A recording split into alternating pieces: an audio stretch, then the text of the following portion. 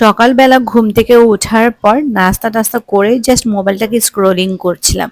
ঠিক ওই সময়ই আমার বোনের ফোন আসে। ফোন দিয়ে বলছিল ওর নাকি মনটা বেশ খারাপ লাগছে, একদমই সময় কাটছে না। তাই ও রিকোয়েস্ট করছিল যাতে করে আমরা আসি। আর আমরাও বসেছিলাম, বাসায় কোনো কাজ টাজ ছিল না, ওয়াফিয়াও স্কুল থেকে চলে এসেছিল। তাই ভাবছিলাম যে বাসায় বসে না থেকে যাই ওদের বাসা থেকে ঘুরে আসি। বাট রাস্তার অবস্থা দেখো, পুরো রাস্তা ভেঙে।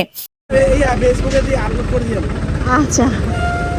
মামাটা অনেক ভালো ছিল, সে নিজেই মাছ আমাকে দেখিয়ে বলছিল যাতে করে আমি ফেসবুকে আপলোড করি। মাঝে মাঝে এরকম ইনসিডেন্ট দেখলে ভালোই লাগে। যাই হোক, চলে আসলাম বোনের বাসাতে। আর এসেই তো ওয়াফিয়া মহা খুশি। এখানে তার ভাই বোনদের সাথে সে খেলাধুলা করছে। ওয়াফিয়া ছোটবেলা থেকেই আব্দুল্লাহর জন্য অনেক অনেক পাগল। সো এখানে আব্দুল্লাহকে দেখতে পেরে সে অনেক অনেক খুশি। আর এইদিকে আমিও একটু ছাদে যাচ্ছিলাম। আমার বোন নাকি ছাদের মধ্যে অনেক অনেক গাছ লাগিয়েছে। আমার কাছে ছাদ বাগান দেখতে বেশ ভালোই লাগে। আর আমার নিজেরও কিন্তু গাছ লাগানোর প্রতি প্রচুর শৌখিনতা কাজ করে। যদিও আসলে ওইরকম ভাবে সময় সুযোগ হয়ে ওঠে না, বাট তারপরেও দেখতে ভালো লাগে অনেক। তো আমার বোন নতুন টবের জন্য মাটি গোছাচ্ছিল। এখানে ও মাটি নার্সারি থেকে কিনে নিয়ে এসেছিল, সারও কিনে নিয়ে এসেছিল। এখন সার এবং মাটিগুলো সবকিছু একসাথে মিক্সড করছে। এটাকে মিনিমাম ও এক সপ্তাহের জন্য রেখে দিবে মিক্স আপ করে। দেন আবার নার্সারি থেকে গাছ নিয়ে এসে বা গাছের বীজ দিয়ে তারপর গাছ লাগাবে। আর এইদিকে ওয়াফিয়া ওর খালামুনিকে আবার হেল্প করছে। চলো আমার বোনের ছাদ বাগানটা তোমাদেরকে একটু ঘুরে ঘুরে দেখাই। এই যে দেখো, এখানে কি সুন্দর আনার গাছ রয়েছে, পেয়ারা গাছ রয়েছে, লেবু গাছ, তারপরে রয়েছে বেগুন গাছ, তারপরে রয়েছে এখানে আমড়া গাছ। মানে বেগুন কিন্তু দেখো, ছোট ছোট বেগুন কিন্তু অলরেডি ধরে ফেলেছে, দেখতে কিন্তু মাশাআল্লাহ। তারপরে মরিচ গাছ রয়েছে অনেক। এবার নাকি প্রচুর প্রচুর মরিচ নাকি এই গাছ থেকে ও খেয়েছে। এখানে প্রায় 5 থেকে 6টার মতো মরিচ গাছ লাগিয়েছে। দেন এখানে পুঁইশাক গাছ রয়েছে, করলা গাছ রয়েছে। দেন এখানে বরবটি গাছও রয়েছে। আমি কিন্তু এর আগে কখনো বরবটি গাছ দেখিনি, প্রথমবারের মতো ওদের বাগানেই বরবটি গাছ দেখলাম। তারপরে ছোট্ট একটা দেখলাম বলের মধ্যে কত সুন্দর করে মরিচ ধরে রয়েছে। তারপর এদিকে ডাঁটা শাকও করেছিল, ডাঁটা শাক খেয়ে শেষ করে ফেলেছে। জাস্ট একটা দুটা ডাঁটা শাক রেখেছে বীজ করার জন্য। তাছাড়া কিন্তু এখানে পাট শাক বুনেছে ও। এছাড়া আরো অনেক অনেক কিছু, দেখতে কিন্তু অনেক ভালো লাগছে। করলা গাছে ছোট্ট ছোট্ট করলা কিন্তু অলরেডি ধরা শুরু করে দিয়েছে, আর অনেক ফুলও এসেছে মাশাআল্লাহ। নিজের একটা বাড়ি থাকলে কত কিছুই না শখ করে করা যায়, এবং সময়টাও কিন্তু খুব সুন্দরভাবে চলে যায়। এই যে আমার বোনের বাড়ির আশেপাশে খুবই সুন্দর কিন্তু একটা গ্রামীণ পরিবেশ, খুবই ভালো লাগছে। ঢাকার মধ্যে এত সুন্দর একটা পরিবেশ আছে, এটা আসলে দেখলে বোঝাই যায় না। যেহেতু এখন বিকেলের সময় হয়ে গিয়েছে, ও গাছগুলোতে পানি দিয়ে দিচ্ছে। এইখানে আমি আম খেতে অনেক পছন্দ করি দেখে আমার বোন ওদের গাছ থেকে আম পেড়ে তারপরে ওদের ভাড়াটিয়াদের দিয়ে আমাকে আম ভর্তা বানিয়ে দিয়েছে। এই গরমে আমি এই প্রথমবারের মতো আম ভর্তা খাচ্ছি। ট্রাস্ট মি, এত এত মজা হয়েছে, মনে হচ্ছিল যে বানিয়েছে তার হাতে আসলেই জাদু রয়েছে। এত ইয়ামি লাগছে খেতে। মানে গরমের মধ্যে একদম টক টক ঝাল ঝাল আমের ভর্তা খাওয়ার মজাই আসলে অন্যরকম। তো আমি সবাইকেই বলছিলাম খাওয়ার জন্য, বাট কেউই খেতে চাচ্ছিল না।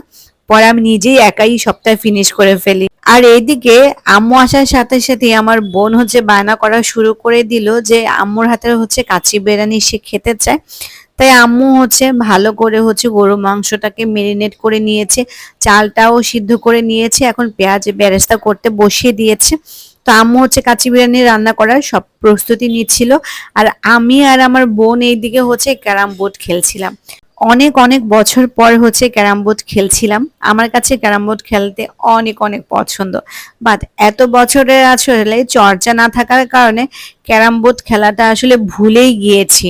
আমি তো ভালো করে গুটি ঠিক মতো নিতেই পারছিলাম না, সব আমার বোন খেয়ে নিচ্ছিল। তো আমি খালি হতাশ হচ্ছিলাম যে এত বছর পর খেলতে বসছি বাট কিছুই পারছি না, সব খেলা ভুলে গিয়েছে। আর আমার বোন তো বারবার জিতে যাচ্ছিল। ভাই বোনের এই দুষ্টু মিষ্টি সম্পর্কগুলোই কিন্তু আসলে সব সময় একটা মেমোরিতে থেকে যায়। ছোটবেলার স্মৃতিগুলো আজ ওর বাসায় গিয়ে মনে পড়ে গেল। একসাথে ভাই বোনরা কতই না দুষ্টুমি ফাইজলামি, কতই না আনন্দ করতাম। আর দেখো, সময়ের সাথে সাথে এবং পরিস্থিতির আমরা এরকম একটা পর্যায়ে চলে এসেছি যে চাইলেও এখন আর ওই রকম ভাবে ভাই বোনরা ঠিক মতো সময় কাটাতে পারি না, লাইফটাকে ওই রকম ভাবে আসলে এনজয় করতে পারি না। এইদিকে ক্যারাম বোর্ড খেলতে খেলতে আমার বোন আবার আমাদেরকে বলছিল যে ওদের বাড়ির আশেপাশেই হচ্ছে খুব সুন্দর একটা দারুণ মেলা বসেছে। তাই আমি বললাম যেহেতু এখানে ঘুরতে এসেছি, চল আমরা মেলা থেকেও একটু ঘুরে আসি। তাই হচ্ছে আমি, আম্মু, আফিয়া, তারপর হচ্ছে আমার বোন সবাই মিলে হচ্ছে আমরা মেলাতে চলে এসেছি। মেলাতে ঘোরাঘুরি করার পর দেন হচ্ছে আমরা বাসায় চলে আসি। আর বাসায় আসার পর দেখছিলাম যে আমাদের হচ্ছে কাচ্চিটা রেডি হয়েছে কিনা। তো আম্মু হচ্ছে কাচ্চিটার হচ্ছে সাইডের যে আটাগুলো দিয়েছিল সেই সাইডের আটাগুলো হচ্ছে একটু একটু করে খুলে নিচ্ছিল। অনেক অনেক দিন আগে হচ্ছে কাচ্চি ঠিক এরকম ভাবে খেয়েছিলাম। পরবর্তীতে আসলে কাচ্চি রান্না করার ঝামেলার কারণে আম্মু আর ওইরকম ভাবে রান্না করেনি।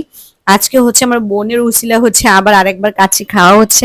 কাচ্চি আমার কাছে পার্সোনালি বিরিয়ানির থেকে বেশি ভালো লাগে। আত্মীয় স্বজনের কাছাকাছি বাসা থাকলে আসলে অনেক ধরনের সুবিধা রয়েছে। যে কোনো সমস্যাতে বা যে কোনো খারাপ লাগার মুহূর্তে হচ্ছে সব সময় হচ্ছে ওদেরকে পাশে পাওয়া যায়। যেমন আজকে ওরও মনটা ভালো লাগছিল না, আমাদেরও ভালো সময় কাটছিল না।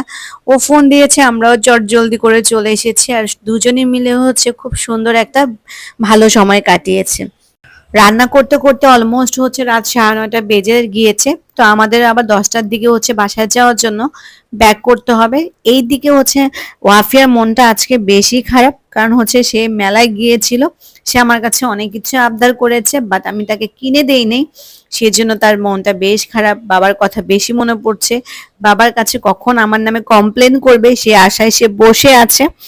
তো এই তো আমরা হচ্ছে পরিবারের সবাই মিলে একসাথে খাওয়া দাওয়া করছি। এটার আসলে অন্যরকমই একটা আনন্দ রয়েছে। সবাই মিলে একসাথে খেলে যে কোনো খাবারই আসলে দ্বিগুণ স্বাদ বেড়ে যায়। যাই হোক, আজকে খুব ভালো একটা সময় কাটিয়েছি আলহামদুলিল্লাহ। তো আজকের ব্লগটা আমি এখানেই শেষ করব। নেক্সট ব্লগে আবার দেখা হয়ে যাবে তোমাদের সাথে। সে পর্যন্ত যারা যারা এখনো আমার চ্যানেলটিকে সাবস্ক্রাইব করনি, please do subscribe my channel.